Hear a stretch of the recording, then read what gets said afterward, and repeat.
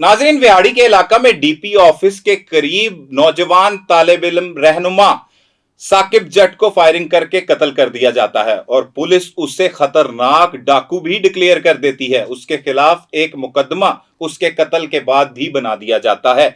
इसमें हकीकत है क्या, और वो जिस तंजीम एमएसएम से ताल्लुक रखता था, इस वक्त हमारे साथ उसी तंजीम के साबिक सदर चौधरी इरफान यूसुफ साहब मौजूद हैं, जो इस वक्त महनाजुल कुरान के नायब नाज़्मे आला भी हैं। इन्हीं की जुबानी जानते हैं कि ये वकूआ है क्या और इससे क्या रंग दिया जा रहा है। बहुत शुक्रिया चौधरी साहब, आपने वक्त दिया। चौधरी साहब, एक स्टूडेंट रहनुमा का डीपीओ विहाड़ी के ऑफिस के बाहर कत्ल हो जाता है, उस कत्ल की इतलात किस तरह से मसूल होती हैं और इसमें किस हद तक सच्चाई है कि वो एक खतरनाक डाकू था? ये साकिब जट था कौन, इसकी हकीकत है क्या, वो जरा बयान कीजिए। आपका बहुत शुक्रिया। चूंकि मेरा अपना ताल्लुक विहाड़ी से है तो मैं वहाँ के जो हकायक हैं और जो सारे मामलात हैं उनसे बहुत अच्छे तरीके से आगाह हूँ।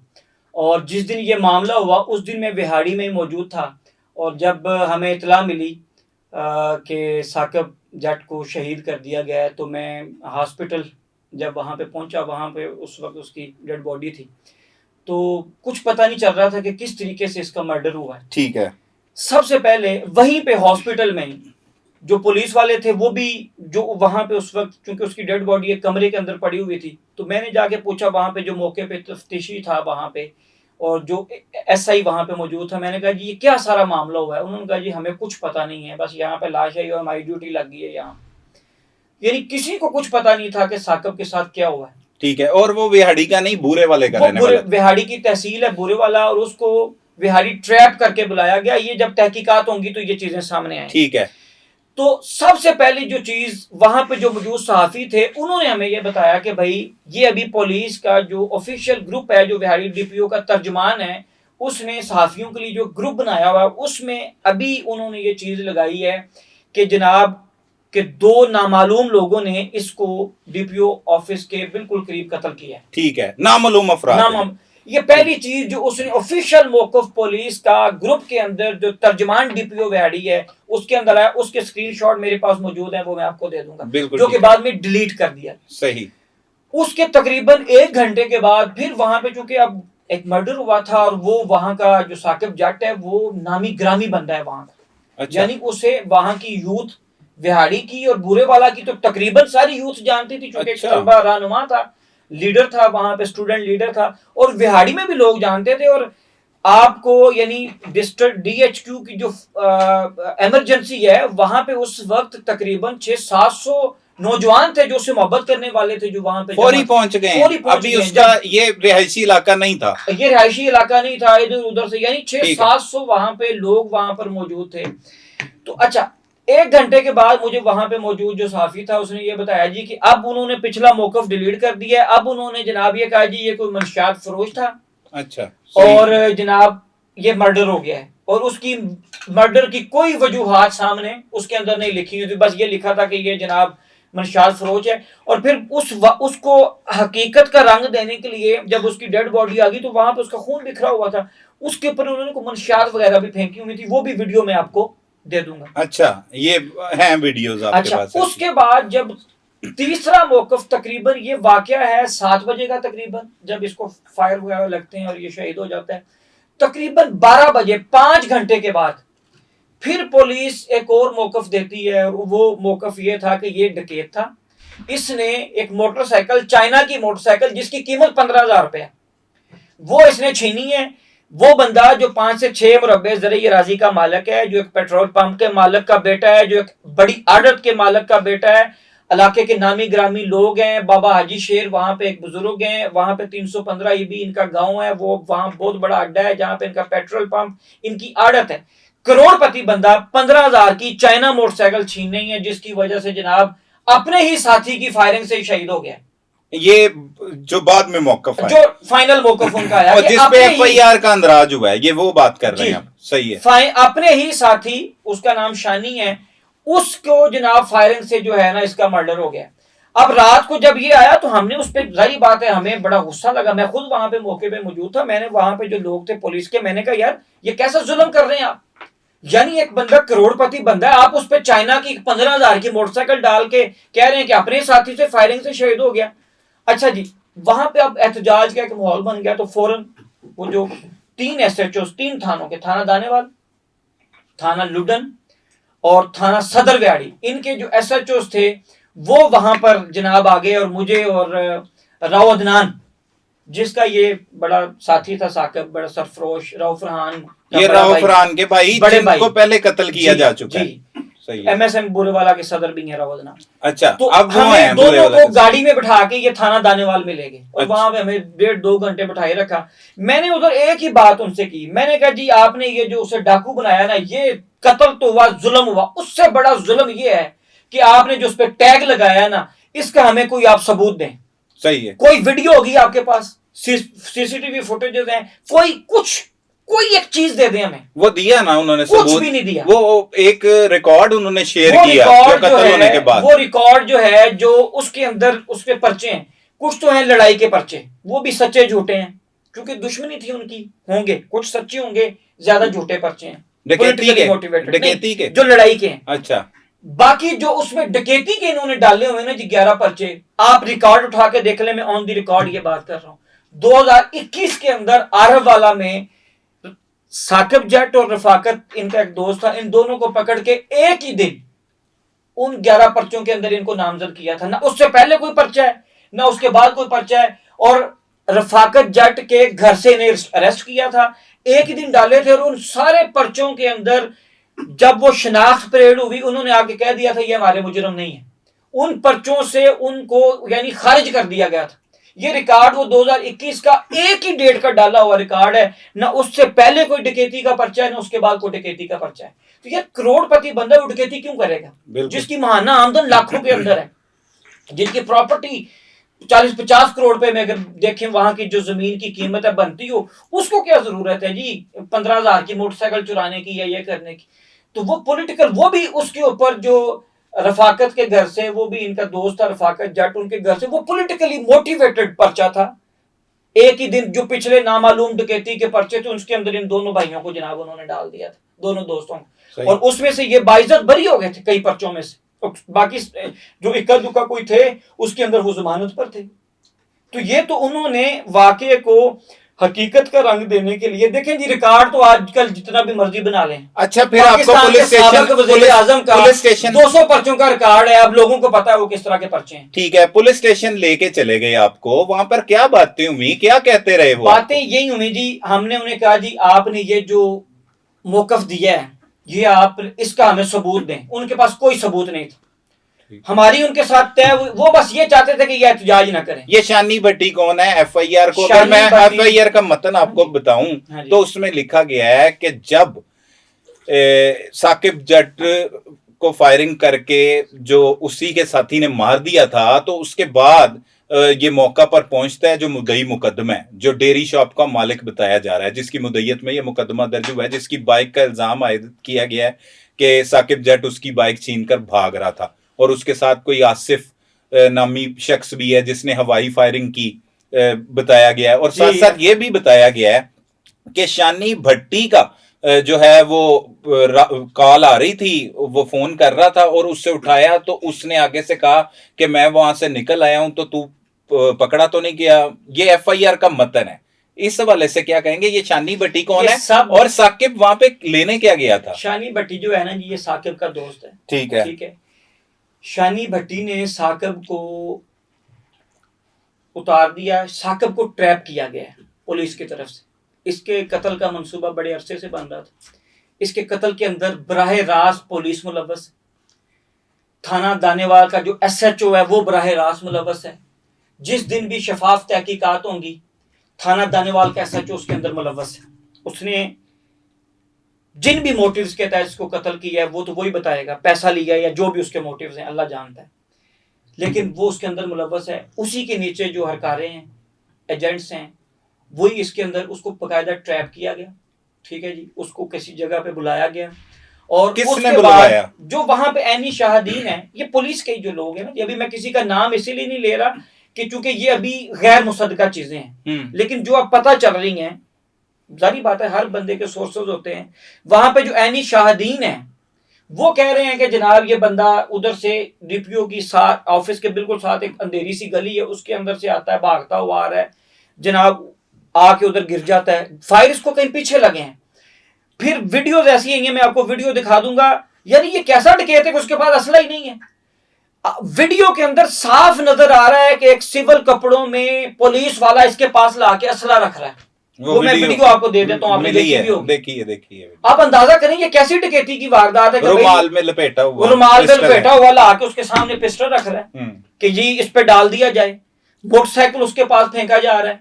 ठीक है, ये वहां पे जो एनी असला रखने की तो वीडियो है, वीडियो में मोटरसाइकिल फेंकते हुए नहीं आया, नहीं असला रखने की वीडियो तो है ना, लेकिन एनी शाहदीन ये कह रहे हैं कि मोटरसाइकिल भी उसके पास फेंका गया। अच्छा, लेकिन ऐसे इलाके का मतलब एक करना, सिस्टर का, जिसमें डीपी ऑफिस बिल्कुल करीब है, जिसमें वो वहां पर और बहुत से दफातर हैं, वहां पे सीसीटीवी कैमरे लगे होंगे, वहां पर कत्ल करके ये सारी चीजें रखना, ये तो मैं बिहाड़ी का रहने वाला हूँ। डीपीओ ऑफिस की जो पिछली साइड वाली है ना, जो लालाजार कॉलोनी की तरफ जाता है, वो बड़ी अंधेरी सी सड़क है।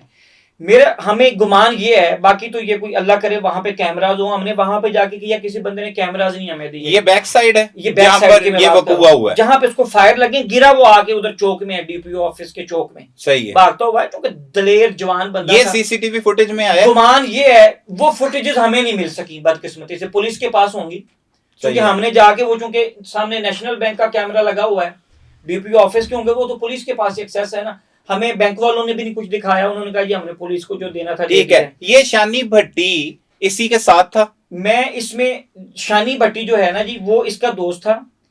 साकब जट की सिस्टर विहाड़ी की, उसकी शादी विहाड़ी में हुई। ठीक है, वो अपनी सिस्टर के घर आया था उस दिन, और बाद में उसका फोन पे राब्ता हुआ, तो उसने शानी को कहा कि आप जाएं तो मैं आ जाता हूं। गुमान ये है कि इसको पकड़ के लेके जाने लगे हैं, तो ये उनसे जब भागा है तो पीछे से इसको जो है ना जी फायर किया गया, पहले बुलाया गया कहीं पे। ये मुसद्दका आपके पास अभी तक मालूमात नहीं आई इसकी? अब सारी जो चीजें ना, ये तो आगे तहकीकात होंगी, यानी ये गुमानी किया जा सकता है ना कि उस इलाके में उसके जाने शानी उसे कहां पे छोड़ के आया था? वो वहां पे एक दानेवाल का जो है ना जी इलाका है, उस पे जो फाटक है, रेलवे फाटक, उस पे छोड़ के किसके पास? की तरफ, किसके पास? बस उसने आ रहे थे तो उसने उसे कहा जी आप मुझे उतार दें, मुझे एक दोस्त के पास जाना है। तो आप उसको, शानी को शायद कोई काम था जो शानी बताता है, तो वो फिर जो है ना अपने बुरे वाला की तरफ चला गया।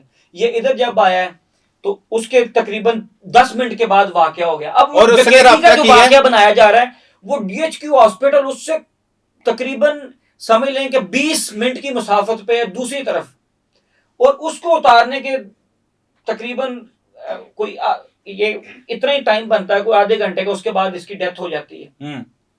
अब वो जो वाकया बनाया जाता है वो ये बनाया जाता है जी कि डीएचक्यू हॉस्पिटल के पीछे से जनाब जो है ना मोटरसाइकिल छीनी है, तो इधर आके हो गया। अब जो इसका पीछा कर रहे हैं, अब वो कह रहे हैं जी जो इसका साथी है वो क्रॉस फायरिंग में हुआ है। क्रॉस फायरिंग किसके साथ हुई है? उसके पीछे तो कोई था ही नहीं। यानी जो इनकी अपना भी मतन है वो भी झूठ पे मबनी है। यानी एक तो ये चीज स्टैंड ही नहीं करती ना कि करोड़पति बंदी 15,000 का नहीं, वो कह रहे हैं कि 2 मोटरसाइकिल सवार आए हैं। एफआईआर का जो मतन है, एक सबूत जो है वो सबूत तो किसी चीज का भी नहीं है ना। आपके पास भी अभी तक हमारे पास तो ये वीडियोस के सबूत के अलावा कोई सबूत नहीं है। हमारे पास तो ये सबूत है कि उसकी लाश के करीब लाके असला फेंक रहे हैं। वो कहते हैं 2 साथी हैं, एक साथी मोटरसाइकिल ऑलरेडी 1 to 5 चला रहा है और दूसरा छीनता है, जिसे साकिब उन्होंने कहा है, और साकिब छीनकर जब उनकी मोटरसाइकिल लेके जा रहा है, उसका साथी भी साथ साथ उसके फरार हुआ है। दोनों साथियों में पीछे से ये ताकुब कर रहे हैं। देखिए लोकेशन से पता चल जाएगा ना। अब ये तो जब तहकीकात होंगी, उसका भी मोबाइल नंबर है, उसकी भी लोकेशन ट्रेस की जा सकती है, क्योंकि जब वो कहते हैं कॉल की है उसको किसी भी काम के लिए, शानी ने जब साकिब को कॉल की है, तो जो शानी था उस वक्त वो तो बुरे वाला के नजदीक पहुंचने वाला था। ठीक है, तो अगर वो वहां पे मौजूद था तो वो 1 मिनट में आधे घंटे की मुसाफत कैसे तय कर? सही है। वालिद क्या कहते हैं उनके? उन्होंने भी आपके साथ प्रेस कॉन्फ्रेंस की थी। ये कहते हैं जी कि यानी एक ऐसा बंदा जिसकी महाना आमदन लाखों रुपए के अंदर है, जिनके घर में दौलत की रेल पेल है, उसे क्या जरूरत है एक 15,000 के मोटरसाइकिल के लिए ये करने की? यानी मैं कहता हूँ कि विहाड़ी का एक बंदा भी तस्लीम करने को तैयार नहीं है कि साकिब ऐसा कर सकता है। आपने कोई प्रोटेस्ट किया? प्रोटेस्ट उस दिन रात को ही करना था हमने, अगले दिन फिर देखे ना डेथ हो गई एक, यानी उसकी आप देखें जनाजे की वीडियोस, लोग उसके ऊपर रो रहे हैं, नौजवान रो रहे, इतनी मोहब्बत थी उसकी नौजवानों के साथ।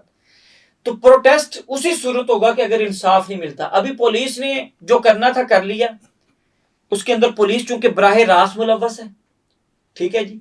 और इससे बड़ी क्या एग्जांपल होगी, आप विहाड़ी के किसी सहाफी को फोन कर लें, आप डीपीओ विहाड़ी, इन्होंने कितनी एक्स्ट्रा जुडिशियल किलिंग्स की हैं, कभी इन्होंने सहाफियों को बुला के अगले दिन ऐसे चाय शाय पिलाई और इस तरह से ब्रीफिंग्स दी हो? अगले दिन डीपीओ विहाड़ी ने स्पेशल सहाफियों को बुलाया है और आके जनाबों ने कहा जी कि ये सिर्फ इसलिए कि उनके खिलाफ कोई वर्जन न वहां पर चले, ठीक है। तो अब वो इतने ये विहाड़ी है कि इलाका गैर है? अब तो इलाका गैर है ना जी, किसी की जान ही महफूज नहीं है। मतलब आपको अब वहां पे देखे ना कितने नौजवान कत्ल हो गए। विहाड़ी पुलिस की क्या कारकर्दगी है भाई? अगर किसी ने जुर्म किया आप उसको सजा दें, कानून के उसके अंदर पेश करें, ठीक है। वहां पे जब आप इंसाफ में ताखीर करते हैं, लोगों की दुश्मनियां पड़ी हुई हैं। आप बुरे वाला जो है या विहाड़ी जो है, मैं कहता हूं इस वक्त वो कोई जैसे किसी दौर में लियारी होता था उस तरीके से बना हुआ है कि वहां पे किसी की जानो माल ही महफूज नहीं है। क्यों महफूज होगी? कि जब पुलिस वाले खुद कातिल बन गए, वो खुद ये सारे काम कर रहे हैं, तो फिर उसके बाद पीछे क्या रह गया? कातिल बनने की क्या वजूहत है? कोई सुनने में आया है जराइम पेशा लोग जब पुलिस के अंदर जाएंगे और वो अपनी ड्यूटी की बजाय किसी की मां पर दुश्मनियां, वहां पे लोगों की, एक दुश्मन ने दूसरे के ऊपर पैसा लगा दिया, उस पे ऊपर काम है, कत्लों पता नहीं कितना पैसा लिया। कत्लों के भी मुकदमा थे साकिब जट पे, एक उस पे था, ठीक है, जो राव फरहान शहीद का जो कातल था ना जी, उसके कत्ल का मुकदमा इसके ऊपर दर्ज हुआ था, जिसके ऊपर ये अभी बेल के ऊपर था। सही है। हाँ जी। और जो पुलिस है, अब साकिब जट का ये जो कत्ल हुआ, फिर उसे डाकू बना दिया गया, इसके लिए किस तरह से आवाज बुलंद कर रहे हैं? कैसे इंसाफ आपको आप समझ रहे हैं कि मिलेगा आपको? पुलिस ने तो रातों रात बड़े पैंतरे बदल के उसे डाकू बना दिया, जो उसके वालिदैन के लिए, उसके खानदान वालों के लिए, यानी एक तो कत्ल हुआ उनका जवान बेटा और दूसरा उसे कत्ल, वो तो हो गया, वो तो हम भी अब ये है कि करते हैं अगर ऐसा हुआ तो अपनी एफआईआर कर ली। अब ये है कि अदालत है एक जिससे हमें इंसाफ की उम्मीद है, उसमें क्रॉस वर्शन के लिए जाएंगे पहली बात, और अगर अदालत उसको तस्लीम करती है क्रॉस वर्शन को, तो हमने उसके लिए वो वकील से बात कर ली है, वो हो जाएगा। क्रॉस वर्शन किस तरह से होगा? उसमें जो हमें जिनके ऊपर शक है, जो पुलिस वाले हैं, उनको उसमें हम नामजद करेंगे जिन्होंने ये सारा काम किया है, ठीक है जी। और वो इंशाल्लाह बस हम उसको मंडे तक अप्लाई कर देंगे। उसके बाद अगर नहीं होता तो इस्तगासे में जाएंगे हम, यहाँ पे वज़ीर आला के ऑफिस के सामने अगर एहतजाज करना पड़ता है हम एहतजाज करेंगे, आईजी ऑफिस के सामने करना पड़ता है एहतजाज करेंगे। इंसाफ के लिए हमें आखिरी हद तक, मतलब हाई कोर्ट जाएंगे, सुप्रीम कोर्ट जाएंगे, हर जगह, हर जो दस्तक है जहां से इंसाफ की उम्मीद है हम जाएंगे, ठीक है। तो और हमें उम्मीद भी है कि इतना एक वाज़े नंगा पूरा विहाड़ी से जाकर पूछ लें जी, किसी बंदे से पूछ लें, हर बंदा आपको कहेगा ये पुलिस ने बंदा मारा है, हर बंदा आपको कहेगा ये पुलिस ने बंदा मारा है। वहां पे एनी शाहदीन कहते हैं ये पुलिस ने बंदा। बहुत शुक्रिया साहब। नाजरीन, आपने गुफ्तगू सुनी साकिब जट नामी उस नौजवान जो एक करोड़पति खानदान से ताल्लुक रखता था, जिसका अपना एक पेट्रोल पंप है, आड़त है और कई मुरब्बे अराजी का वो मालिक था। ये बात हैरानकुन है कि वो एक शख्स एक चाइना की मोटरसाइकिल जिसकी मालियत 50,000 रुपये से भी कम है, उसे लूटेगा और लूटने के बाद जो है वो अपने ही साथी की फायरिंग से कत्ल हो जाएगा। जिस तरह से बयानात आए, वो काफ़ी इस कत्ल को उन्होंने मशकूक कर दिया है और उल्टा पुलिस की जानिब से ना सिर्फ मुकदमा दर्ज किया गया, बल्कि उसको जब सपुर्दे खाक करना था तो पुलिस की भारी नफरी जो है, वो हमारे पास ऐसी वीडियोज़ आई हैं कि उनकी मौजूदगी में इसकी जो मैयत है वो इसके आबाई इलाका में पहुंचाई गई और इसे पुलिस की निगरानी में सपुर्दे खाक किया गया। तो इनकी जानिब से बहुत से ऐसे सवालात उठाए गए हैं ये हो क्या रहा है व्याड़ी में, ये पहला कोई कत्ल का वाकया नहीं। इससे कबल अगर बात की जाए तो जाती जो झगड़े शुरू हुए, एक तालिब इल्म रहनुमाओं के दरमियान दुश्मनियों का आगाज हो गया। पहले उनकी आपस में जो रंजिशें शुरू हुई और बाद अज़ां वो ख़ानदानी दुश्मनियों में तब्दील हो गई। तो बहुत से नौजवानों के रिकॉर्ड भी बने और ये कत्ल होने वाला कोई पहला शख्स नहीं था, बल्कि 8वां तालिब इल्म था जिसका MSM से ताल्लुक था। इससे पहले राव फरहान भी इसी तंजीम के रहनुमा थे, वो भी कत्ल हो चुके हैं। और साथ इन्होंने बताया कि उनके भाई जो हैं वो अब बूरा वाला के खास तौर पर सदर हैं, और ये भी बूरा वाले से ताल्लुक रखता था। विहाड़ी के इलाके में कत्ल होना, ये एक तशवीश इसमें पाई जाती है खास तौर पर। और इसमें हुकाम को चाहिए कि इसकी एक ऐसी मेरिट पर इंक्वायरी होनी चाहिए कि इसमें मुलविस जितने भी अफसरान पर खास तौर पर इल्जामात लग रहे हैं कि अगर पुलिस की मिली भगत से इस नौजवान को कत्ल किया गया है तो उनको करार वाकया सजा मिलनी चाहिए, उनके खिलाफ मुकदमात भी बनने चाहिए। इसकी पहले अगर मेरिट पर इंक्वायरी करवाई जाती है तभी ऐसा मुमकिन होगा। मजीद जो इस हवाले से अपडेट्स होंगी उस पर भी हम आपको आगाह करेंगे। तब तक के लिए अपने मेजबान सलमान कुरैशी को इजाजत दीजिए। अल्लाह ने के बाद।